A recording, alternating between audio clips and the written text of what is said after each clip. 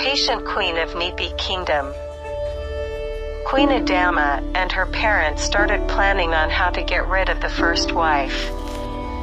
Then her mother came up with a plan. "You know, I'm a midwife, right?" she said. "Yes, we know," they said. "Whenever the two of you are in labor, just ensure to call me to deliver the babies," she said. "Okay, mother," she said. Her mother also told her to cooperate with the first wife so that she would allow her to deliver her baby. After 9 months, the time has come for the two queens to deliver their babies, so Queen Adama quickly called her mother to come. Within a minute, she was there to attend to them. Queen Adama gave birth to a baby girl, while Queen Chioma gave birth to a baby boy. After Queen Chioma finished giving birth, she slept off. Then the midwife took the baby in a basket and left the hospital. She went to the river and dropped the basket into the river and ran back to the hospital. She entered the room and Queen Chioma already woke up and asked for her baby.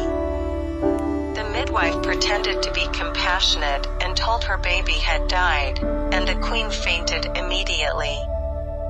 She cried every day for her baby, and the king was also worried. He feared that no one will occupy his throne after his death.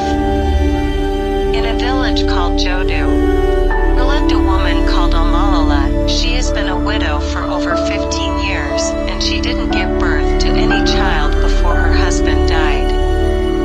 One day, she was going to the stream to fetch water and heard a baby crying. She saw the baby and carried the baby and rushed to the nearby market to buy baby food. When she fed the baby slept off immediately. She quickly used the opportunity to think of what to do with the baby. She finally decided to take care of the baby as her own child. She named the baby Abiola. Abiola grew so fast, he loves playing with his mother every day. He loves playing with flowers. When he became 15 years old, he became the great hunter in the village, and Omalala usually sells different kinds of meat. Many people from different villages always come to buy meat from her.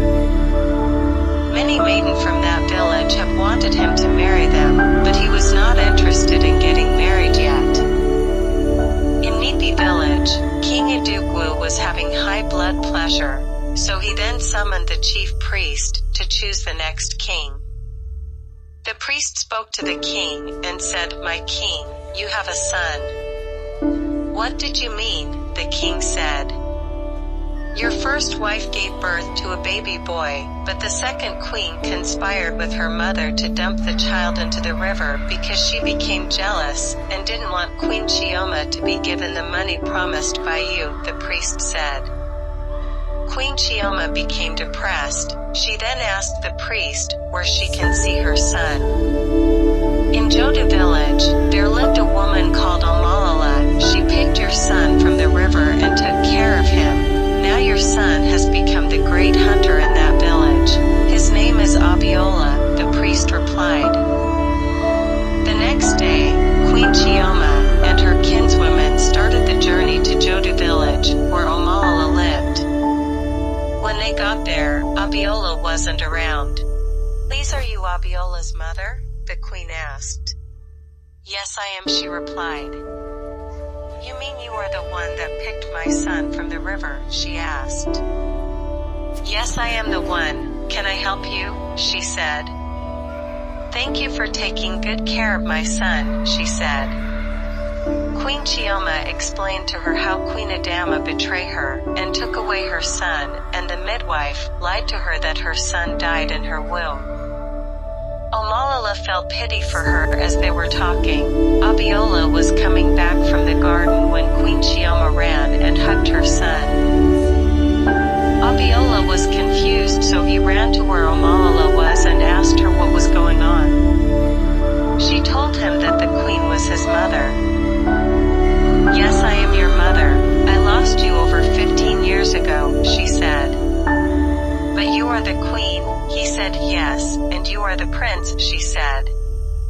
So the queen and the prince headed back to the palace with Omalala. Before they got home, Queen Adama had packed all her belongings and ran out of the palace because she knows the gravity of punishment that awaits her. The king was happy to see his son. He prayed for him and rewarded Omalala with lots of gifts, and she started living in the palace too. Everybody lived happily ever after.